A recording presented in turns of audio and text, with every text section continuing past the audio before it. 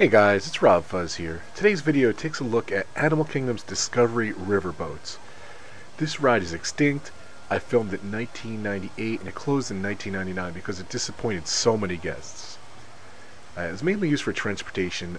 You would have to take it in two different parts. This video shows both parts. Hope you enjoyed my retro videos. Please do me a favor. Make sure to subscribe to my channel by hitting that red button below the video and also turning on notifications by hitting that bell to be notified every time I post a video or if I do a live stream. Also, please do me a favor, hit that like button and leave a comment below to help me out. Please don't forget to follow me on social media on Twitter, Instagram, on Facebook at RobFuzz. Let's do this, gang.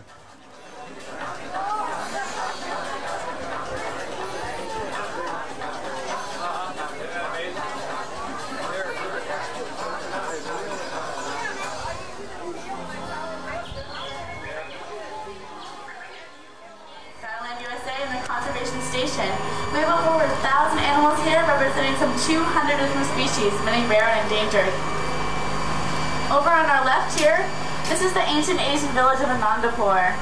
When Asia opens, you guys will be able to go see this land and visit the Maharaja Jungle Trek, which will feature animals such as tigers, Komodo dragons, and giant fruit bats. Hey Kaylee, you know what I heard about the giant fruit bat? Uh-oh, what? I heard it had a 6-foot wingspan. That is one big bat. That's a good thing it's called the giant fruit bat. But we're okay, they only eat fruit, so. Okay, that's good. You're not going to bring one of them on here, are you? Well, I thought about it, but I didn't know how everybody would react, so. Yeah, well. The Asian villages have shared their land for over 1,000 years with forest animals. Hey, George, did you bring a forest animal with you though? You know, like I said, I didn't bring the giant fruit bat. They wouldn't let me bring the tiger on board, I don't understand. But I did bring something you might find a little bit scary. I brought a scorpion. What I'm going to do is head up to the front of the boat and let everybody get a good look. I know, when I say scorpion, you're thinking of a creepy animal. We often associate scorpions with being poisonous or dangerous. But the truth of the matter is, there's over 1,000 species of scorpion and very few are harmful to man. Now, if you notice back there in the tail, that little stinger, you can use that stinger if he does feel threatened. But when it comes to man, you just assume leave us alone. Now, if he did use it on you, it'd feel something like a bee sting. He's not aggressive at all, unless, of course, you're a bug, because he does eat insects. Now, if you're a bug, you might want to avoid this guy. Does anybody have any idea where a big scorpion like this might come from? South America? You can find them in Hawaii. Hawaii has scorpions, you're right. We have several species here in Florida. Yeah, there is some. This is the emperor scorpion. And the emperor scorpion is the largest member of the scorpion family. That's how he gets his name. And he actually makes his home in the rainforest of Western Africa. So he is the biggest one. Now they do get quite a bit larger than this. Like I said, they do live in the rainforest, so what they'll do is burrow down into the forest floor and just sit there waiting for that smorgasbord of insects to go walking by, and then they kind of pounce on them with those claw-like appendages in the front there. They're very interesting. The female of this species is a very resourceful mom. She'll give birth to live young, sometimes as many as 35. Once she has those babies, they climb up onto her back and she carries them around on her back for the first 3 weeks of their life. So quite a job for mom there in the beginning. Now this is an arachnid. Does anybody know of any other arachnids? Spider. Spiders, that's right. Now they do share some common characteristics. 8 legs. They both have 8 legs, unlike insects who only have 6. And they have a hard outer body coating called an exoskeleton. You can see it quite well on this scorpion. Now that exoskeleton, when you combine it with that stinger in the tail there, it makes this one of the most successful predators in the animal kingdom.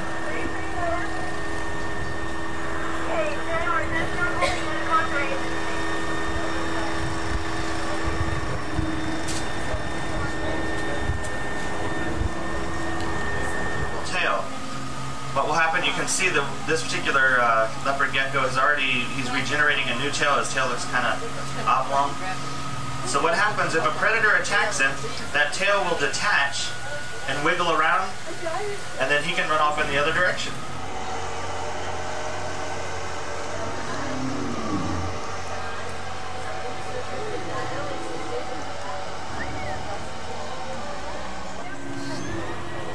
Hey George, Yeah, did you say the dinosaurs were extinct? I think we all agree to that. Okay, then how are you going to explain this one?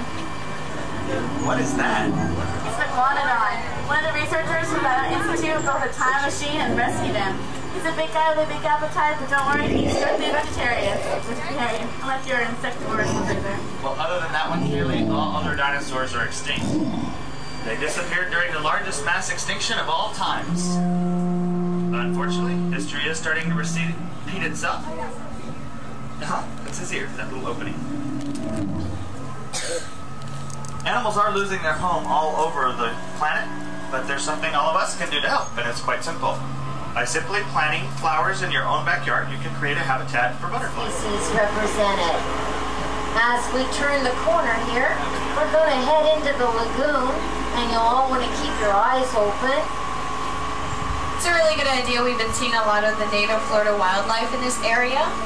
About 3 years ago, this was cow pastures and orange groves. So when we brought in all the vegetation and created the waterway, we really expected the native Florida animals to come in and make it their home since we created that habitat for them.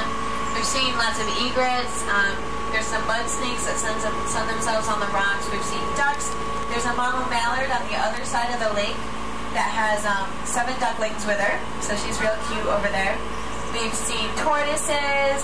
The other day I had a little snake swimming alongside the boat, so that was pretty cute. He had his little chin above the water. And we've actually seen a pair of bald eagles in here too. All right, the bridge we're coming upon it leads to Camp Minnie Mickey. There is a hidden Mickey on here, so you might want to look for that. Also, at Camp Minnie Mickey, they have Grandmother's Willow's Grove, and they offer a show there that will introduce you to North American woodland creatures such as rabbits, raccoons, and even skunks. I was just trying to fit in the hidden Mickey. Where is it? It was in the corner down there. Everybody see it? Well, all the animals that she just mentioned were actually mammals, and I brought a different kind of cute and fuzzy. I brought a tarantula to show everybody. He's actually one of the smaller ones. You want to see? It's a Costa Rican zebra tarantula. We tend to be a little bit nervous because they're a little different, just like you might see that pile of rocks and see a fierce dragon. Actually, I wouldn't have any way of knowing unless I clicked underneath. For a Costa Rican? Yeah, spiders are very cool. They're a little bit different. It's a little bit weird. They're actually very smart, very resourceful. You guys want to see a tarantula? No? Are you afraid of it? They're very good web builders, as y'all know. They like to build their webs in out-of-the-way places, like under your bed or in a closet, in a cave. Pound for pound, spider web silk is actually stronger than steel. And they're looking at ways to make bulletproof vests out of spider web silk. And it's more resilient than any synthetic fiber we've ever produced. They're really docile. Actually, tarantulas, you can let them crawl all over your hand. They're pretty nice. If you're still a little nervous, you're concentrating on how different they are. After all, we don't have 8 legs or 8 eyes, right? We're not covered with tough, bristly hair that can shoot out and irritate your eyes. And actually, these guys, even though they have 8 eyes, they have very poor vision. They can't see very well, so they have to use their other senses to make up for that. Like on their legs, they have chemoreceptors that can smell and taste. So if you were to eat a piece of pizza, it'd be like rubbing the pizza up and down your legs to taste it before you ate it. That'd be kind of messy, wouldn't it? Yeah. It is beautiful. They're nature's pest control, so if you have a resident spider, more than likely you're not going to have a lot of resident pests like cockroaches and ants. So if you have one in your house, try not to swat it with your bedroom slippers. We have to watch out for the geysers. And please, everybody, watch your cameras. We could get a little bit wet here. The geysers are a result of the heat escaping from below Africa's Rift Valley. Runs all the way from East Africa to the Red Sea. And everybody must sit down, please. Okay. Up ahead's the Swahili village of Orambe. I'll tell you a little more in just a moment.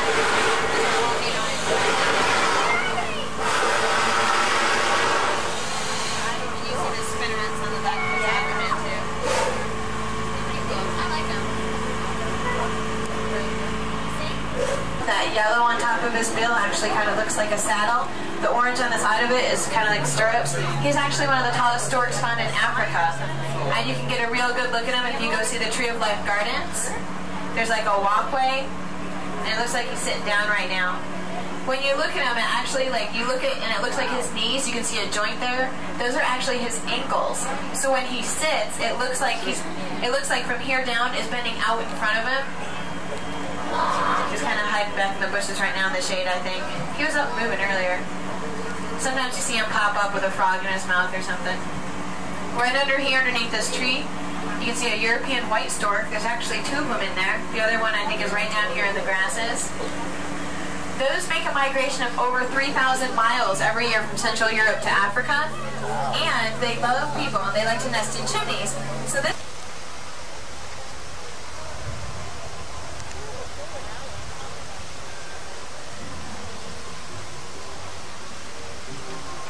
You gotta get that dolphin. Where's the dolphin? Upper left. Oh, I see it.